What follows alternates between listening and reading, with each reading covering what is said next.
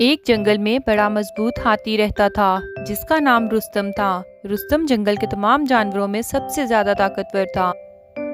وہ اتنا طاقتور تھا کہ اسے لگتا تھا کہ اس کو کبھی مدد کی ضرورت نہیں پڑے گی۔ ایک دن جنگل میں زیادہ بارش ہونے کی وجہ سے سیلاب آ گیا۔ سیلاب کا پانی جنگل کے تمام راستوں کو بہا کر لے گیا اور درختوں کو بھی گرا دیا۔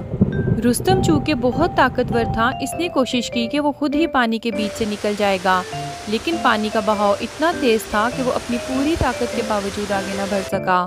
اسی دوران کچھ چھوٹے جانور جیسے خرگوش، بندر، ہرن، جو کہ رستم سے بہت چھوٹے اور کمزور تھے، مل کر ایک دوسرے کی مدد کر رہے تھے۔ انہوں نے رسیوں اور درختوں کے تنوں کا استعمال کرتے ہوئے ایک پل بنایا اور ایک دوسرے کو محفوظ جگہ پر لے جانے لگے۔ رستم یہ دیکھ کر حیران ہو گیا کہ چھوٹے جانور کس طرح ایک دوسرے کی مدد کر کے اتنے بڑے مسئلے کو حل کر رہے ہیں۔ رستم نے اپنے غرور کو چھوڑ کر ان چھوٹے جانوروں سے مدد مانگی۔ جانوروں نے خوش دلی سے رستم کی مدد کی اور اسے بھی محفوظ جگہ پر پہنچا دیا۔ اس دن رستم نے سیکھا کہ طاقتور ہونے کا یہ مطلب نہیں کہ ہمیں کبھی کسی کی مدد کی ضرورت نہیں ہوتی۔ اصل طاقت تب ہوتی ہے جب ہم ایک دوسرے کی مدد کرتے ہیں اور مل جل کر مشکلات کا سامنا کرتے ہیں۔